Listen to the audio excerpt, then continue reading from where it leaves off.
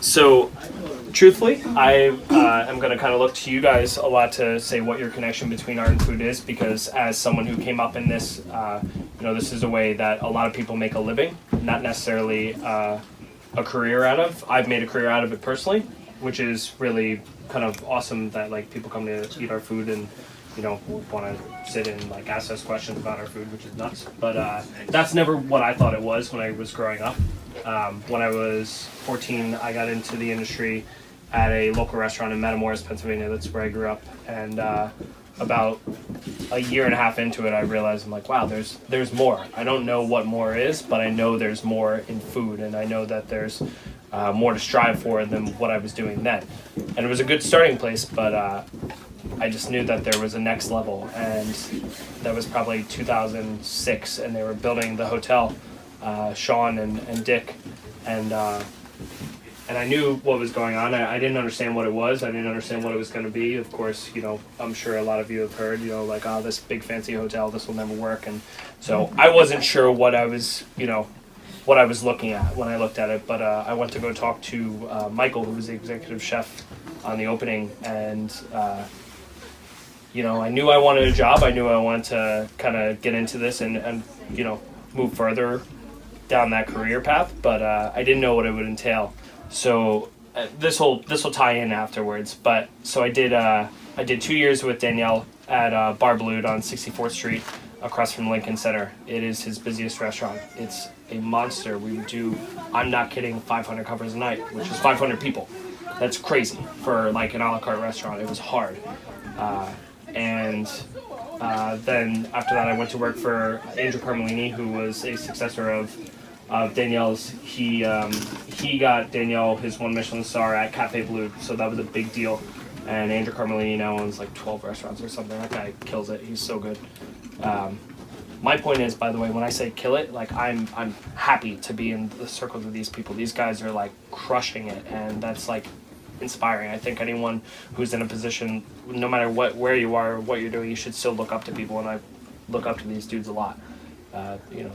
They're fantastic, and they continue to grow and attract good people, and that's something that I want to be when I'm older. I don't know. Yeah. So, and then one day, I was receiving an order from. Actually, it was Mangalitsa by Most Fun. So Most Fun is a company that's down in Branchville, New Jersey. Or that's where it started, and it's this guy. He's a banker, and for some reason or another, the guy likes pigs.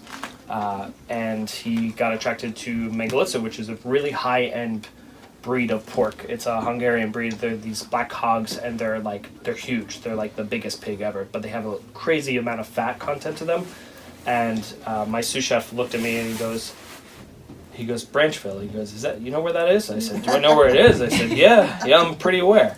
And then I swear to God, the next box that came in was something from Pine Island, and he goes, you know where that is? I'm like, yes. And then the next box came in, and I want to say it was from it was probably Goshen, so 5 minutes from Pine Island. But my point was, I'm looking at these boxes and I'm saying, okay, here I am in New York City. We're all pledging that we're like a local restaurant, and this is our job as chefs is to provide you guys with local food. You could thank Alice Waters for that. That woman changed the world, hands down. If you don't know who she is kind of like Berkeley's movement. She started Slow Food USA. She's incredible. And so I'm looking at all these boxes, I'm saying, what am I doing in New York City when I could be doing this in Milford, Pennsylvania?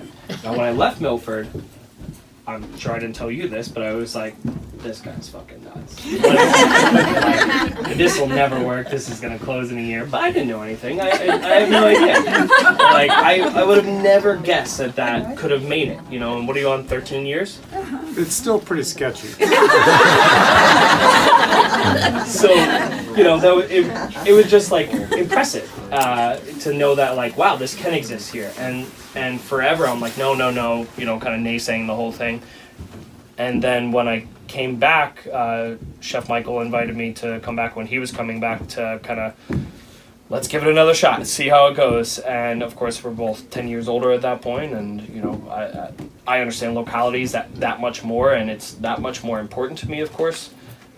And it was a no-brainer. I'm like, okay, well, if no one else is doing this in this area, which, truth be told, sorry, no one else is doing this in this area, which is kind of a shame. I hope this like breeds success a little bit, but you know, I'm like, if no one else is doing this, we're going to. You know, do you want to write the magazine, or do you just want to be a part of it? I want to write it. So that's kind of been my goal as a chef, is to show everyone that you can have food on different levels, and I think we're doing a good job at that with like 403 Broad. You know, if you guys haven't been there, the price point is approachable. You know, everything's under $25. And delicious. Thank you. The food is excellent. Thank you. But it's hard to do. How many people have been to 403 Broad? Have had a deal with All the time. Wow, cool. How many had never heard of it before today?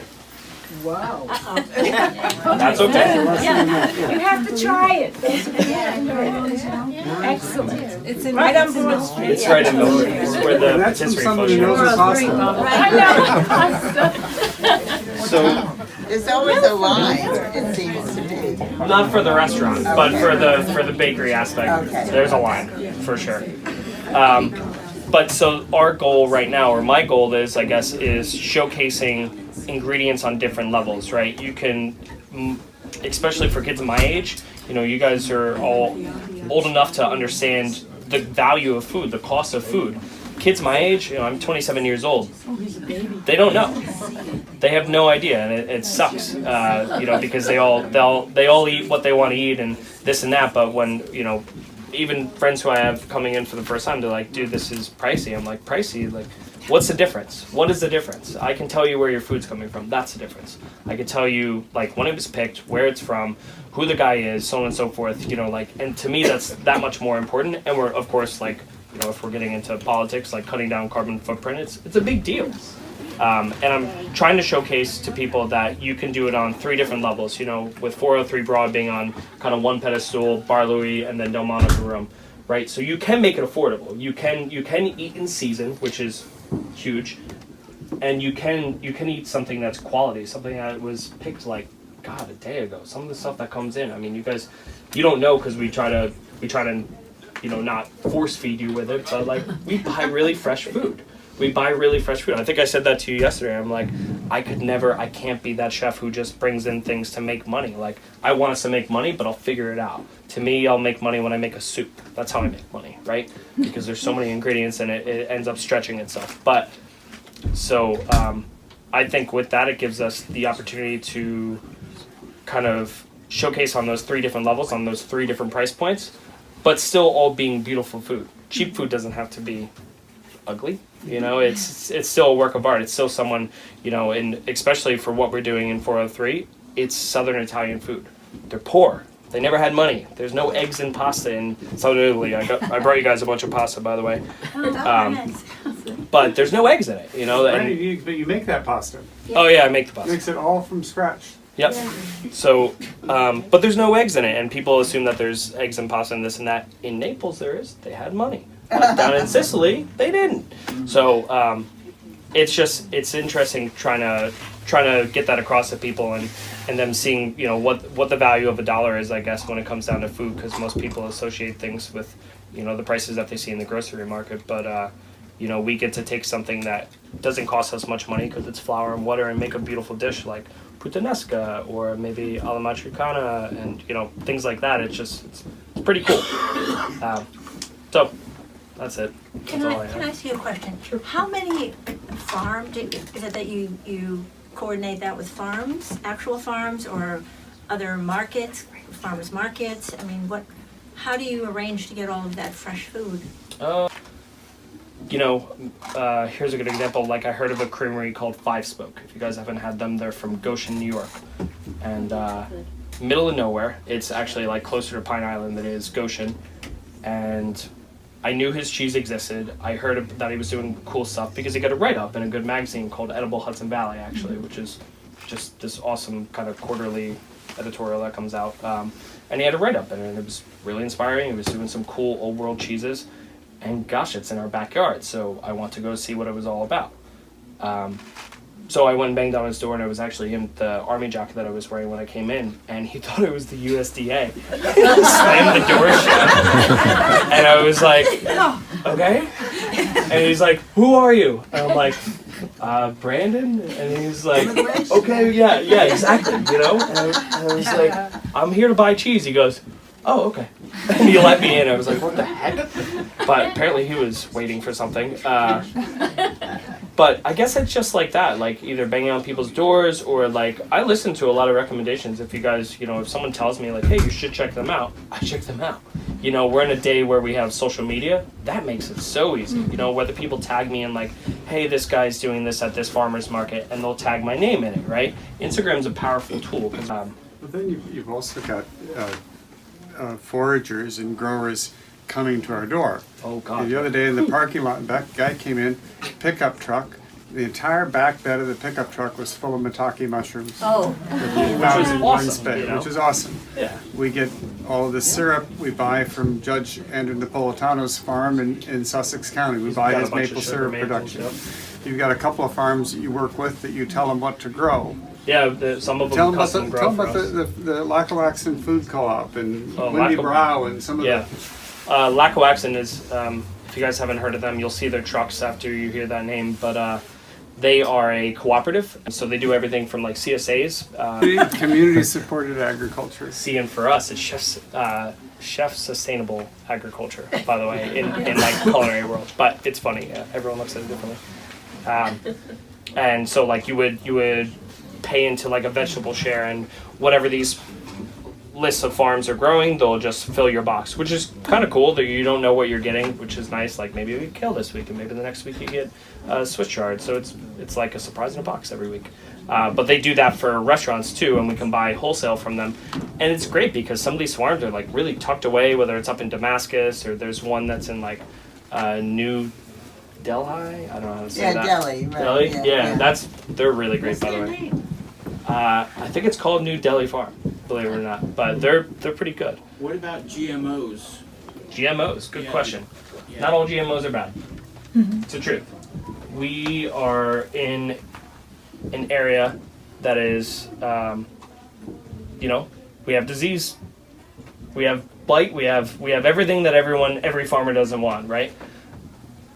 I'm not a farmer by any means, but I can tell you that I've had farmers say, you know, how do I sell you tomatoes consistently throughout the year without having grafted these tomatoes to make sure that they're going to work the best for this region, for this area, for these seasons that are kind of unpredictable. We had a ton of rain this year.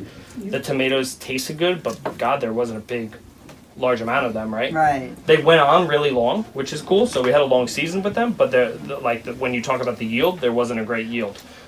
But what they can do is make sure that they're grafting the best tomatoes, meaning putting maybe this tomato and that tomato both have good qualities, and you put them together, right? They have a baby, and that works. I don't think that's a bad thing. There's seriously not all GMOs are bad. I don't know why it started as like all GMOs are bad, right? Corn is a GMO. Can I tell you that corn's good for you? It's not. It's the truth. It tastes good. It tastes really good. It's in everything. It's a filler.